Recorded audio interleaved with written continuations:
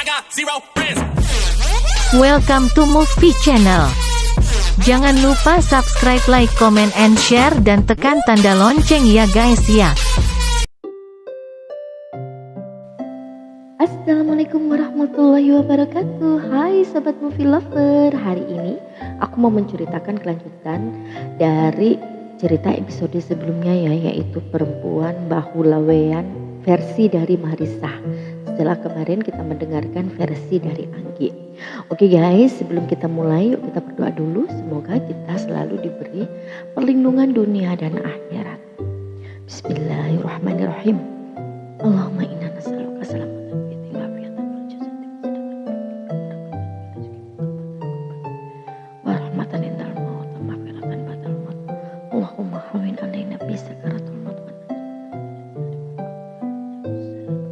amin ya rabbal alamin.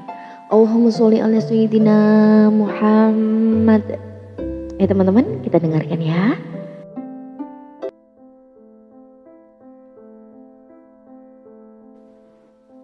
Hai, perkenalkan, namaku adalah Marissa Saraswati.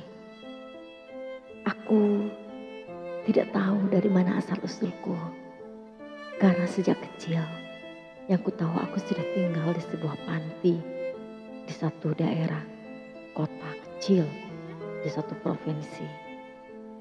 Ya, aku memang dibesarkan di panti asuhan tanpa aku mengenal kedua orang tuaku dan dari mana asal usulku. Tapi mungkin karena aku ada di panti sejak aku lahir mungkin ya. Jadi aku tuh sudah terbiasa dan tidak mempermasalahkan atau memusingkan hal tersebut. Apalagi cinta kasih suster-suster yang ada di panti begitu besar kepada kami semua. Di panti ini aku mempunyai seorang sahabat. Namanya Anggi. Kita selalu sharing apapun. Aku dan Anggi kita mulai akrab sejak kita memasuki awal SMA. Ya, di mana awal SMA aku dan Anggi kita satu kos bareng, satu kamar di satu kota besar. Karena di desaku tuh sangat susah ya, di tempat tinggalku yang awal tuh sangat susah mendapatkan sebuah sekolah SMA yang bagus. Akhirnya ibu panti menyekolahkan kita berada di satu kota berbeda dengan kota yang ada di panti gitu. Jadi aku dan Anggi tuh kos bersama. Disitulah awal mula semua ini terjadi. Aku pun tidak tahu sebenarnya ini tuh apa. Tapi aku merasa awal kesepianku tuh berawal dari sini.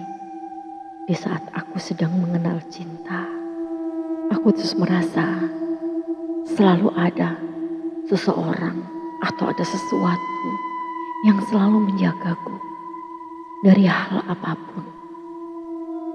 Iya, keanehan ini aku rasakan sejak SMA. Dimana saat aku SMA, dengan tiba-tiba begitu banyak sekali teman-teman laki-lakiku yang sangat menyukaiku. Tidak hanya satu, jujur saja sedikit bangga ya. Di masa SMA, hampir semua laki-laki yang ada di sekolah itu menyukaiku. Dan aku begitu banyak mempunyai musuh. Tapi aku tidak pernah membalas cinta mereka. Mungkin aku hanya mempunyai satu perasaan khusus terhadap satu laki-laki. Dia adalah kakak kelasku yang bernama Abimanyu. Awalnya Abimanyu pun dia sangat perhatian tapi cuek banget gitu ya. Jadi dia itu, aku gak bisa menggambarkannya dia suka aku apa enggak. Tapi aku yakin dia itu suka sama aku. Tapi dia tuh gak pernah menyampaikan kata suka dia ke aku, beda dengan cowok-cowok yang lain. Tapi yang bikin aku aneh, pernah satu kali kan Kita pulang kehujanan. Waktu itu Abimanyu mengantarkan kita pulang ke kos. Tiba-tiba keesokan paginya, aku didatangi seorang perempuan, kakak kelasku, teman sekelas dari Abimanyu, dan dia tuh sangat marah sampai dia melakukan kekerasan fisik. Tapi yang aneh, saat aku memandang wajahnya, tiba-tiba dia itu seperti ketakutan dan menyuruh semua teman-temannya lari. Padahal awalnya dia mendatangiku tuh dengan banyak teman-temannya dan melakukan kekerasan kepadaku dan juga kepada Anggi. Tapi entah kenapa, aku seperti ada yang melindungi. Dan seketika itu pun, Lili, dia pun pergi dengan lari sampai terbirit-birit. Aku merasa aneh, begitu juga dengan Anggi. Tapi hal itu tidak pernah kugubris. Sampai akhirnya, setelah kejadian itu, Abimanyu pun menjauh. Dan aku pun sudah jarang untuk bertemu dengannya lagi. Ya, mungkin karena perasaan itu hanya sekilas datangnya. Aku pun jadi melupakannya. Sampai akhirnya datanglah beberapa teman laki-laki yang mereka nyata-nyata mengatakan kalau mereka suka denganku dan memberikan perhatian lebih. Tapi anehnya saat itu aku pun tidak punya perasaan yang sama. Jadi aku tidak pernah membalas. Pernah ada satu teman laki-laki ya, dia begitu baik banget, namanya si Boy. Awalnya aku merasa hanya cuek-cuek saja. Tapi karena dia begitu perhatian, dia itu sangat menghormati aku, tahu banget kebutuhan kita. Dia tuh sering banget mengirimi hal-hal yang kita butuhkan sehari-hari. Mungkin dari situ aku merasa aku punya perasaan dengan dia. Tapi sejak aku merasakan aku punya perasaan dengan dia, anehnya tiap malam aku selalu bermimpi buruk. Aku selalu ditatangi seorang laki-laki bertubuh tinggi besar dengan wajah yang sangat seram dan tubuhnya yang sangat hitam legam dengan mata merah. Saat itu aku begitu ketakutan. Dia mendekat kepadaku dan dia berkata, "Kamu tidak boleh dimiliki siapapun." Ucapnya saat itu. Aku yang begitu ketakutan. Aku hanya memalingkan muka dan menutupi wajahku. Sampai dia pun pergi. Dan aku terbangun.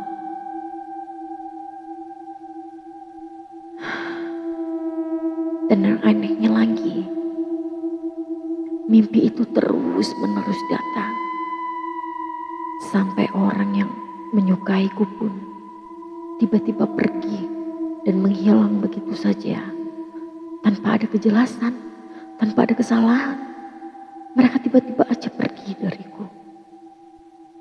Sampai membuatku bingung. Mungkin awalnya aku tidak pernah menggubris mimpi itu atau perasaan itu. Tapi setelah lama-lama aku rasakan, dia itu selalu datang di saat ada laki-laki yang amat sangat menyukaiku dan aku mempunyai perusahaan yang sama kepadanya. Pernah pun dia sekali datang dalam mimpiku. Dia akan membunuh semua laki-laki yang akan menyukaiku. Saat kutanya, "Kenapa kau melakukan ini?" Dia hanya menjawab, "Karena kau adalah milikku. Kau adalah sebuah perjanjian lama dan kau terikat perjanjian itu. Kau adalah milikku dan tidak ada yang boleh memilikimu." Jawabnya kala itu.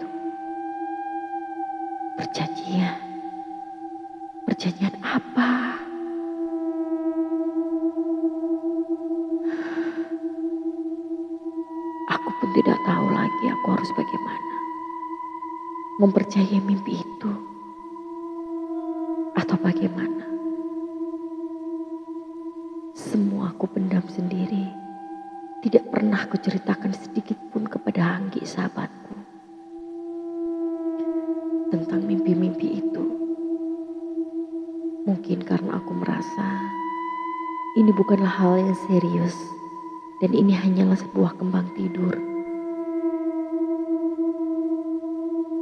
Hal ini pun terus-menerus terjadi. Sampai akhirnya pun aku bekerja di suatu kantor ekspor dan impor. Di situ aku pertama kali berkenalan dengan Pak Anton. Pak Anton adalah anak pemilik usaha ini. Awalnya dia tidak pernah menunjukkan rasa cinta kepadaku. Dia begitu cuek. Dan dia pun tidak pernah perhatian kepadaku. Hanya biasa saja. Mungkin karena itu, makhluk itu pun tidak mendatangiku. Tapi tiba-tiba, di saat Pak Anton menyatakan cinta dan ingin menikahiku secepatnya, hanya dalam beberapa minggu saja dia ingin menikahiku. Tidak memerlukan waktu yang lama. Dia datang lagi. Makhluk itu selalu mendatangiku setiap malam. Dan mengatakan hal yang sama. Berulang-ulang seperti dulu. Jika aku adalah miliknya, tidak boleh satupun laki-laki yang memilikiku. Siapapun laki-laki yang memilikiku, dia pasti akan mati. Aku mulai risau. Tapi aku pun tidak mempedulikan hal itu lagi.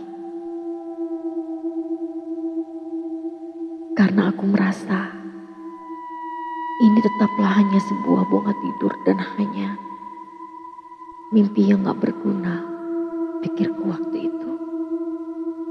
Apalagi setelah aku lihat Pak Anton pun tidak pernah curhat atau cerita tentang apapun kepadaku. Beda dengan laki-laki sebelumnya yang mereka cerita dengan Anggi.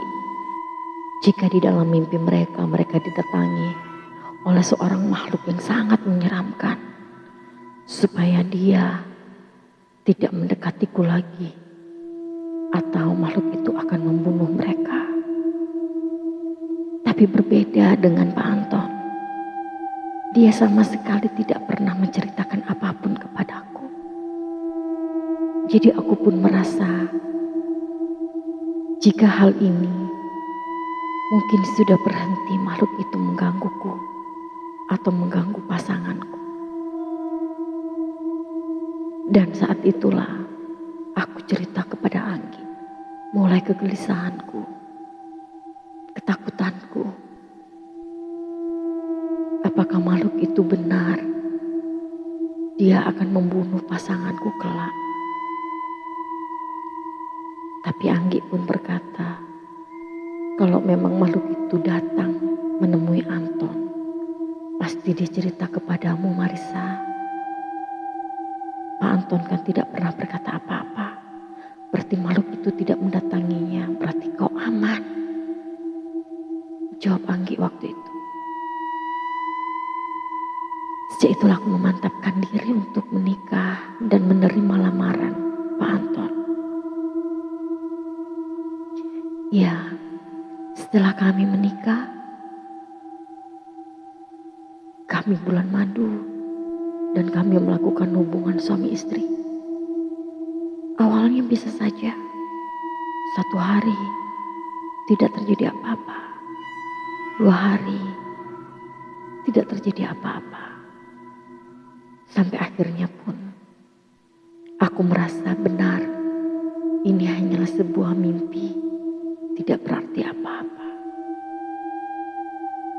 Tapi yang mengejutkanku, Setelah hari ketujuh, malam itu, aku tidak tahu apa yang terjadi. Setelah suamiku meminta hubungan suami istri, tiba-tiba dia pun terlelap tidur dan dia berteriak-teriak. Dia meminta tolong sambil mencekik dirinya sendiri. Di situ pun aku terbangun dan membangunkan dirinya, menggoyang-goyangkan tubuhnya. Kulihat begitu banyak keringat dingin yang keluar dari tubuhnya, dan dia pun terbangun lalu memelukku. Dia berkata, "Aku mimpi buruk. Ada seseorang yang datang dan dia ingin membunuhku," katanya waktu itu. "Siapa?" "Entahlah, sebuah makhluk tinggi besar."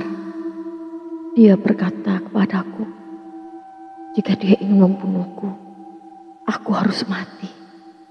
Jawab Anton kala itu. Aku memeluknya dengan erat. Ya Tuhan, makhluk itu datang lagi. Jawabku kala itu. Aku bertanya kepada suamiku, "Apakah sebelum menikah kau pernah bermimpi didatanginya?" Dia pun lalu menjawab, "Ya, aku pernah bermimpi. Bahkan beberapa hari sebelum kita menikah pun, dia selalu datang, berkata supaya aku pergi dan menjauhimu. Kalau tidak aku akan mati. Tapi aku merasa itu hanyalah satu bunga tidur dan menganggapnya tidaklah penting. Sudahlah, ini hanya mimpi buruk. Kita tidur lagi," katanya waktu itu. Lalu kita pun kembali tertidur. Hingga saat pagi pun tiba, saat aku terbangun dan mendapati suamiku pun telah tiada. Dengan refleks aku pun berteriak-teriak minta tolong dengan kencang. Namun sedetik kemudian pun aku pun pingsan dibuatnya. Setelah begitu banyak orang datang ke kamar. Mereka semua kebingungan melihat suamiku yang sudah meninggal dan melihatku dalam keadaan pingsan. Dalam keadaan pingsan itu pun aku merasa di sebuah alam yang berbeda. Aku duduk di sebuah rumah tua. Lalu makhluk itu pun telah datang kepadaku. Dia berkata, "Sudah kuperingatkan, jangan pernah ada satu laki-laki pun yang menjadi milikmu, atau dia harus mati." Aku yang menangis terseduh-seduh waktu itu, melemparinya dengan berbagai macam hal yang ada di sekitarku. Tapi semua itu tidaklah berguna. "Kenapa kau lakukan ini padaku? Kenapa kau lakukan ini padaku?" "Karena kau adalah milikku. Kau milikku. Kau adalah perempuan bahu lawean. Dan hanya akulah satu-satunya milikmu." "Tidak, tidak. Aku tidak mau. Aku tidak mau. Pergi kau. Pergi. Pergi dari hidupku." Tangisku terisak-isak. Sampai aku merasa ada tangan yang menepuk-nepuk pipiku dan membangunkanku dari pingsanku. Aku berteriak memeluk wanita yang telah menepuk-nepuk pipiku. "Mama, tolong aku, Mama." Kejadian ini amat sangat memukulku. Amat sangat membuatku ketakutan, membuatku trauma.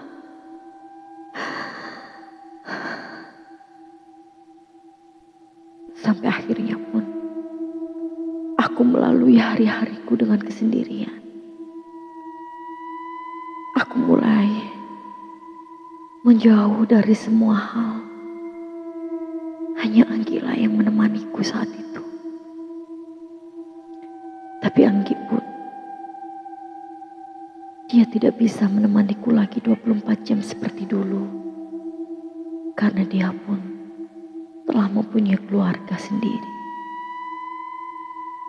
Ya, hidupku penuhlah dengan kehampaan dan kesendirian, kesunyian. Tapi untungnya aku mempunyai satu pekerjaan yang selalu saja menyita setiap waktuku, sehingga aku tidak terfokus pada hal itu. Dan lambat laun pun hatiku yang sakit berangsur-angsur kembali pulih. Hingga pada satu hari aku bertemu dengan Mas Dimas. Sebenarnya aku dengan Dimas, kami sudah lama berkenalan. Tapi kita hanya kontaknya sesekali saja. Tapi entah kenapa saat itu, sewaktu dia datang ke kantorku, dia pun mengajakku makan malam. Entah karena aku kesepian atau aku membutuhkan teman, aku pun menerima ajakannya. Dan sampai akhirnya pun dia memintaku untuk menjadi istrinya. Saat itu aku mulai ragu dan bimbang. Tapi dia berkata kepadaku, jika dia mengetahui semuanya, mengetahui tentang diriku, dan dia siap menerima aku apapun apa adanya. Jawabnya kala itu, ya, Mas Dimas pun tidak luput dari ancaman makhluk tinggi besar itu. Tapi Mas Dimas diyakinkan oleh guru spiritual, jika dia bisa mengatasi hal itu, dan dia menyuruh untuk Mas Dimas terus saja melanjutkan niat baiknya untuk menikah denganku. Mungkin karena itu pun aku jadi percaya, dan kita pun sampai menikah. Tapi ya, sama halnya dengan Mas Anton. Setelah 7 hari kita menikah pun, Mas Dimas ditemukan telah meninggal dunia dengan keadaan yang sama persis seperti Mas Anton. Hal itu kembali memukulku, memukul perasaanku, membuat hatiku hancur. Tapi yang aku heran, setelah kematian suamiku, entah kenapa usahaku semakin menjadi lancar. Begitu banyak sekali orderan yang datang. Sampai aku pun mendengar jika suamiku aku buat tumbal untuk kekayaanku. Tapi demi Tuhan aku tidak pernah melakukan hal itu.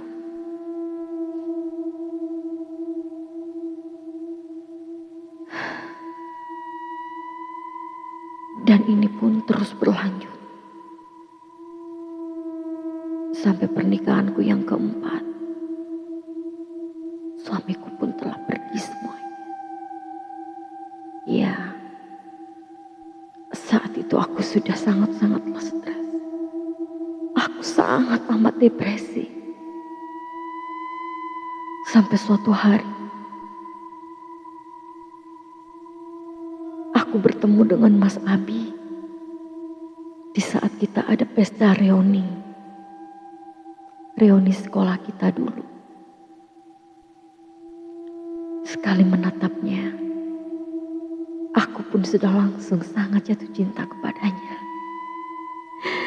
Cinta itu begitu membara, ya Tuhan. Aku merasakan gelora-gelora sewaktu SMA pun muncul kembali. Setelah sekian lama perasaan ini telah mati, direnggut ketakutan. Aku menatapnya begitu sangat terpesona. Begitupun dengannya. Dan bagaikan angin segar saat ku dengar dia pun belum menikah saat itu. Dan dia pun berkata kepadaku jika dia mengetahui semua hal tentang diriku. Aku tidak tahu dari mana dia mengetahui semuanya tentangku. Tapi yang pasti dia bilang jika dia selalu mengawasiku dari kejauhan. Dia berlagak sebagai admirerku, ya Tuhan. Aku bahagia, amat sangat bahagia waktu itu. Dia pun berkata kepadaku, dia ingin menikahiku. Aku pun tersentak kaget. Tiba-tiba perasaan itu pun kembali datang. Iya, aku ketakutan. Tidak, Mas. Sebaiknya kita tidak usah menikah. Jawabku kala itu.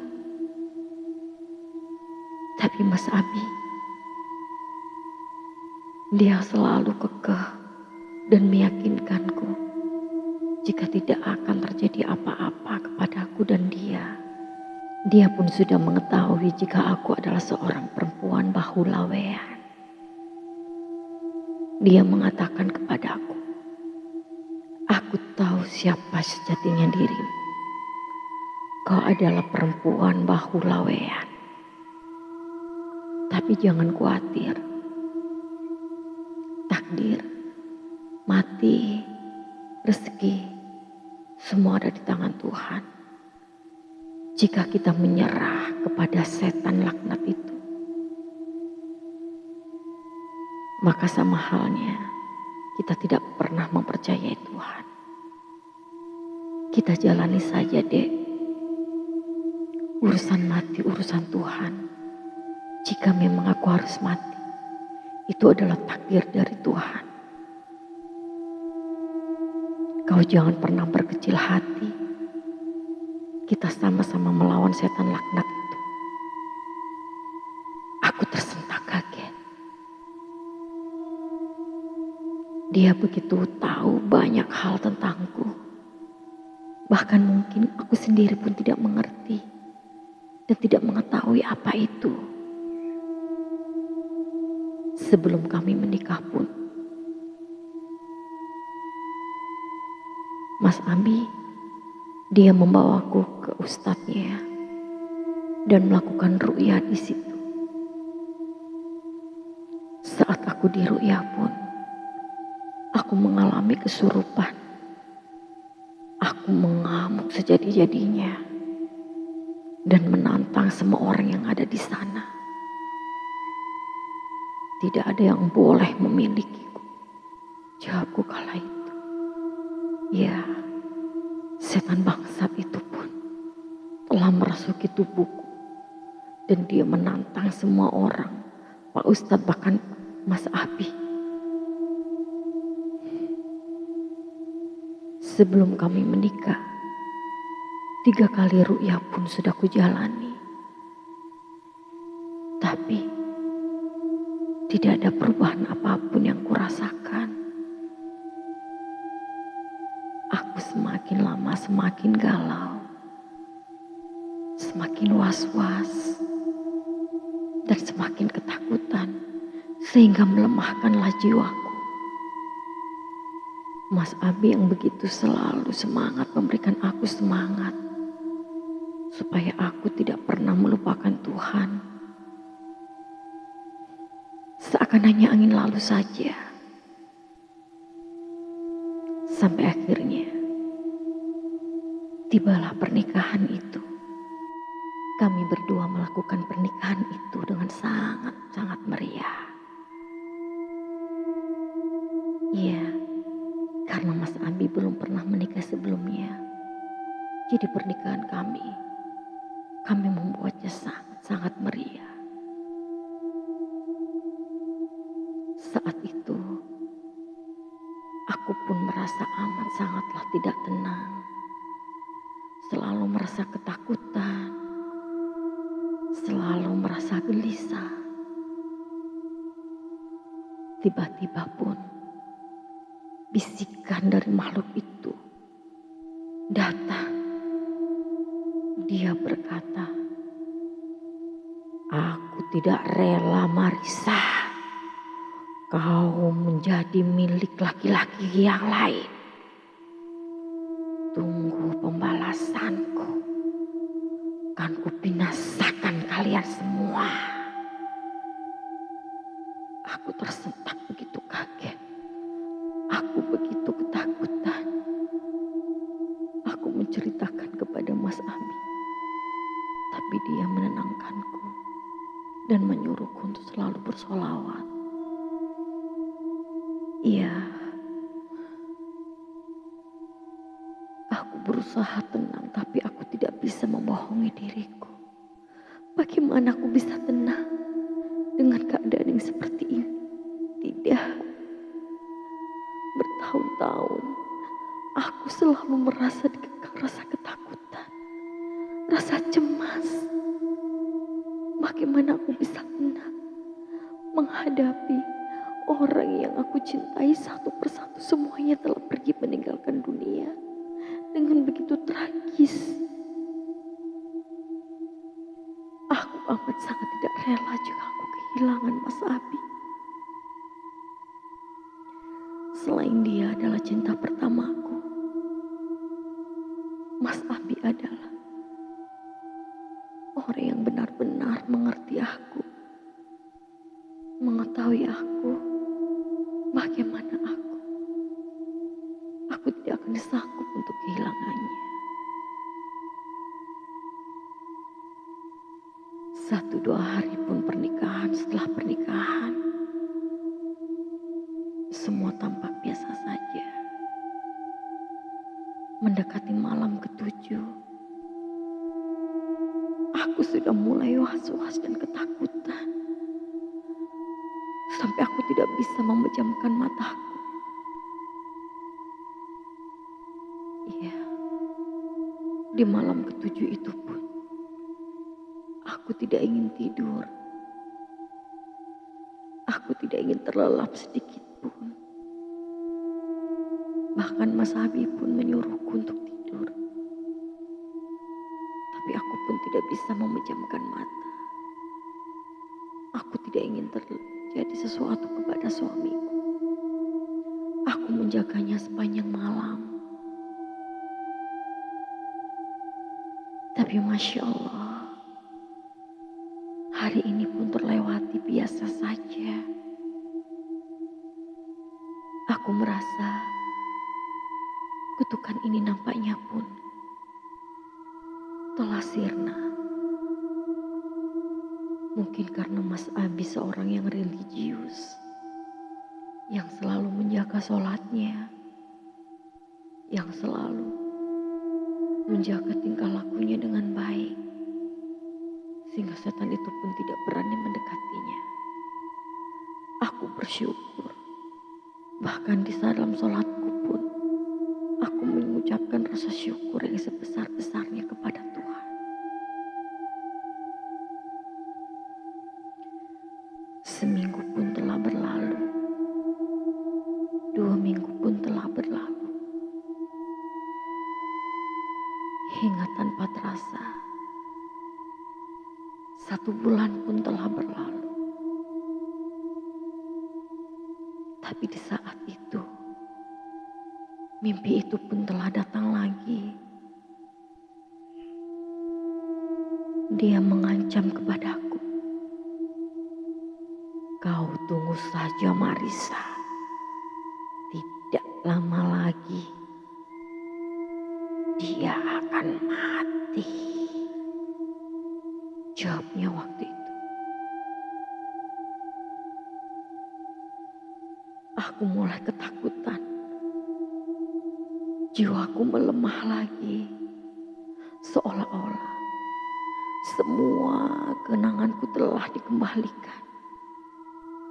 Saat kepergian Mas Anton, Mas Dimas, dan kedua suamiku yang lain. Aku amat sangat ketakutan. Bahkan di dalam sholat, aku tidaklah merasa tenang. Dan di saat itu pun, aku seringkali mengalami kesurupan. Iya, kesedihan itu selalu saja datang, memenuhi hatiku, memenuhi pikiranku.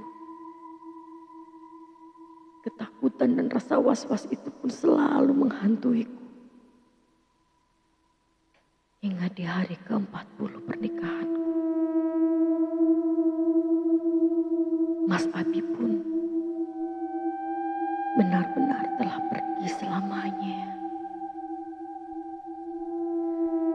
Dia telah meninggalkan dunia. Setan laknat itu telah berhasil merenggut nyawanya. Dan aku pun tidak sanggup mengalami ini semua. Aku tidak sanggup. Sampai akhirnya pun, karena begitu depresi, begitu sakitnya hati dan jiwaku, aku memutuskan untuk gantung diri. Aku yakin hal ini pun pasti amat sangat melukai hati Mas Abi. Tapi aku sudah lelah. Aku sudah tidak sanggup menjalani hidup seperti ini lagi. Dan semua hartaku pun sebelum aku mati, aku serahkan kepada anak angkatku. Yang saat itu memanglah masihlah kecil. Dan kutitipkan semuanya kepada Anggi.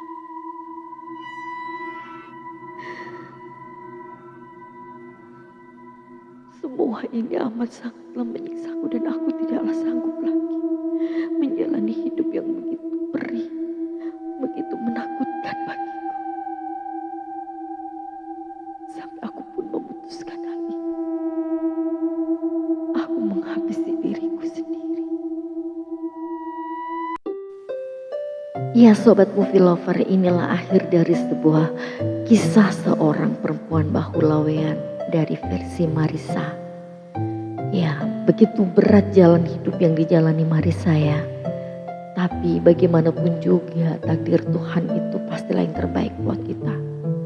Ujiannya mungkin terasa berat, tapi sebenarnya seberat apapun ujian kita pasti mampu melampauinya. Tuhan tuh tidak akan memberikan ujian tanpa kita tuh bisa melampaui hal tersebut.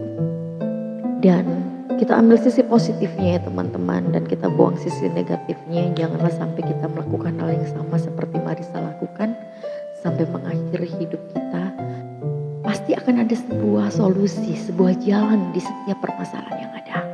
Oke teman-teman, terima kasih sudah menyaksikan, sudah mendengarkan kisah cerita perempuan bahulawean. So see you next time dengan cerita-cerita yang lain yang lebih seru. Jika kalian ada punya kisah atau pengalaman yang menarik, boleh ya DM ke kita atau kirim ke email yang sudah ada di deskripsi. Semua udah aku cantumin di bawah ya teman-teman. Oke, thank you so much atas perhatiannya. Thank you yang udah like, subscribe dan juga share. Semoga rezeki kalian semakin berlimpah, semoga menjadi ladang pahala buat kalian semua. Kita di sini mengucapkan terima kasih banyak atas support kalian semua dan assalamualaikum. See you, bye.